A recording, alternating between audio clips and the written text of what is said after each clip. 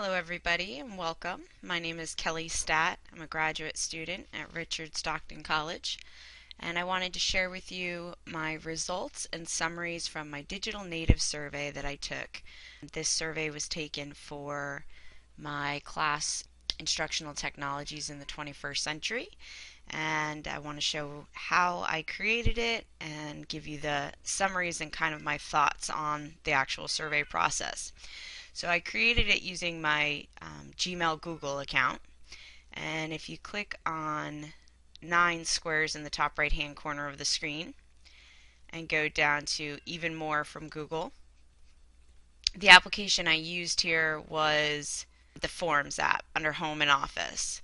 So if you ever want to create and build a free survey and you have a Google account, it is free to use and it's very simple, and you're able to share it on multiple networking sites and kind of get your information out there as quickly as possible. So here's the actual one that I created, and at the top you can have your formatting options. You can see the total amount of responses that have come in throughout the lifetime of the survey.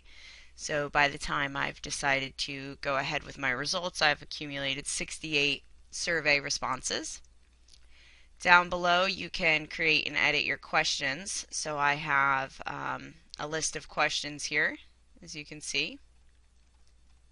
And you have your options over here if you want to edit or copy or delete the question or fine-tune your responses and options.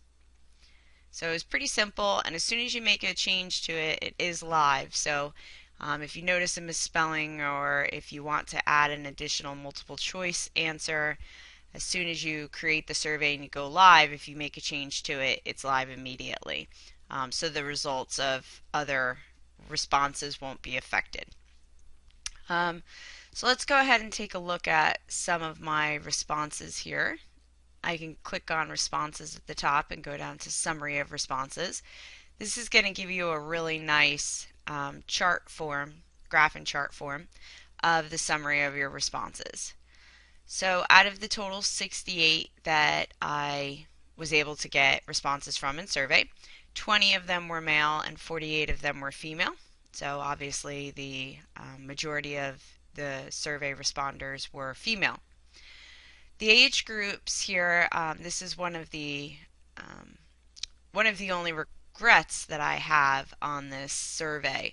I had originally started at a really low age group. I believe I started with the age group of 5 to 9, below 10 to 14, in hopes that I could gather some information from the younger guys that are very much so digital natives and aren't going to remember life before the iPhone and whatnot.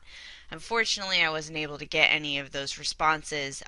Most of that might be due to my fault, being how I tried to gather most of the survey responses on social media, and some of those age groups probably, their parents hopefully are not allowing them to get on that area yet. So that was difficult, and I do regret it. Wish I could have gotten more of that information. So I didn't even get any 10 to 14-year-olds, and I removed the lower age group because it just seemed that my intent and way that I was going about gathering the information wasn't going to get those results. So the first and the youngest response here was going to be age 15 to 18, which is only 1% of my surveyors, going up to 50 plus. Now this was my other regret here. I wished that I had went higher on the age groups and didn't just kind of gather 25% of my surveyors were 50 plus. So I wish that I had broken that out and given a little bit more room there, maybe going up to at least to like 65 plus or whatnot. After doing this survey, I have noticed that the majority of the people that were being surveyed were higher than 50 or older than 50, and taking that into consideration, almost all of them are just as obsessed with technologies as the younger kids are. So the survey definitely gave me some things to think about, and it was pretty cool to analyze it and take into consideration.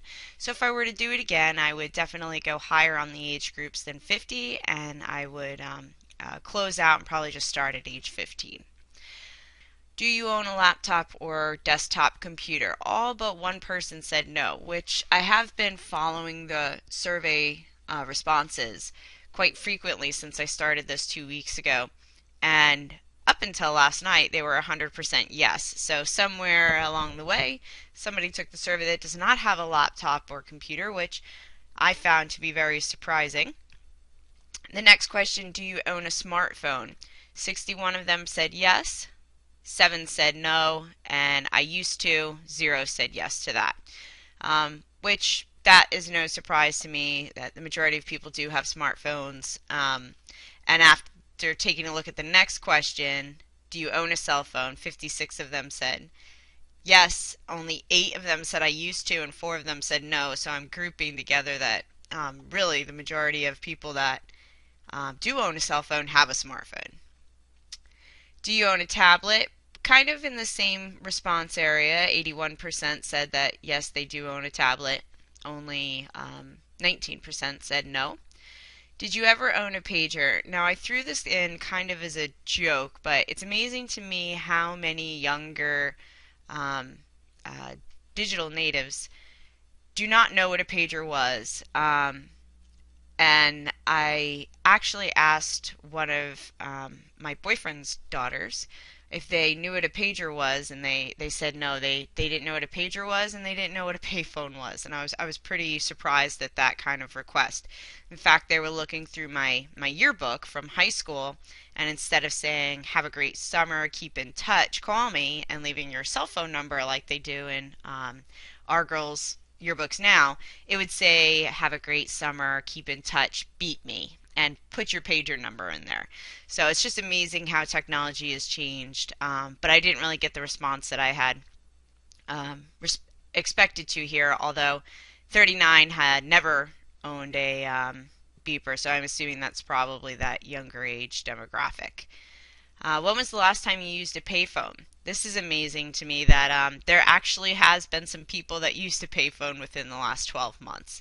What's even more amazing is that there's 3 people that have never used a payphone ever in their life. So this is pretty amazing. And again, going back to my boyfriend's daughters, when we had this conversation, they said, well, what would you do in an emergency? I said, well, you'd find the nearest payphone. And their response to that was, well, what would you do in an emergency? So I guess they don't get the concept that there just weren't cell phones around and that you had to find another way of getting a hold of people in an emergency. And payphones were pretty accessible. They were at least on main highways and stores and vendors and things like that. You forgot you forgot your smartphone at home, and what do you do now?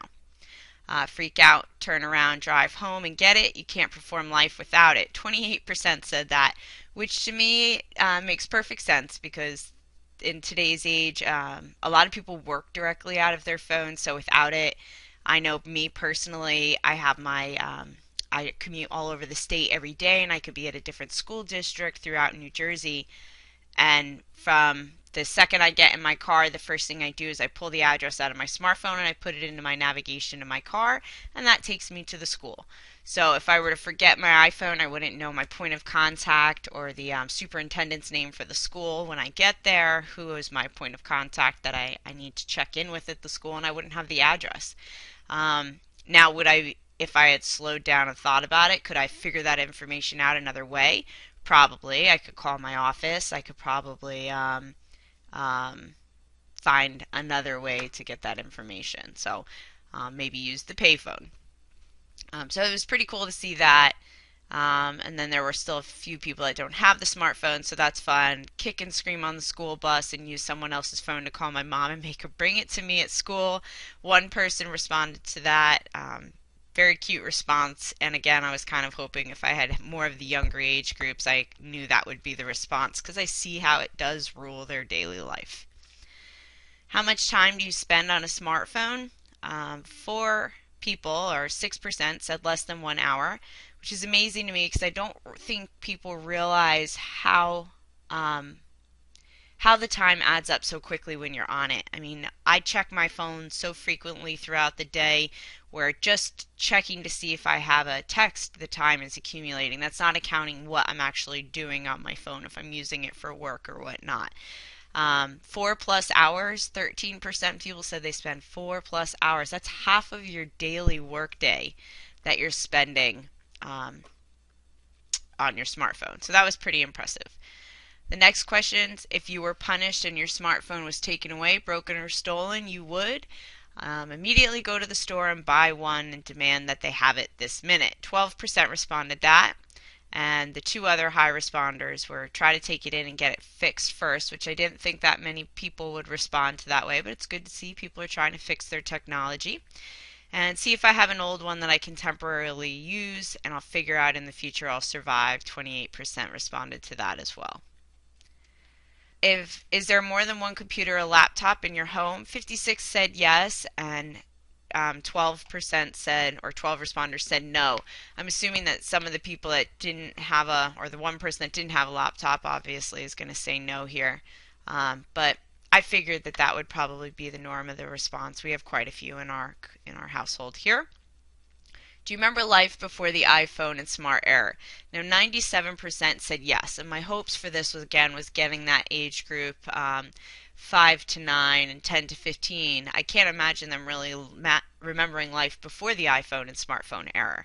I'm sure some of their first baby pictures were taken on the smartphone. So I had expected those numbers to change a little bit based on the age group. What's your employment status? 57% work full-time, so again, that younger age group I didn't really capture in the student area. When newer technology comes out on the market, you want, let's see, the majority here was 50% will wait for them to work out the kinks first. And this question came up from me talking to my boyfriend's father, who's an old IT person and still does it in a retirement status right now. And he's really great with his technology, and he asked me if I had installed my new iPhone update.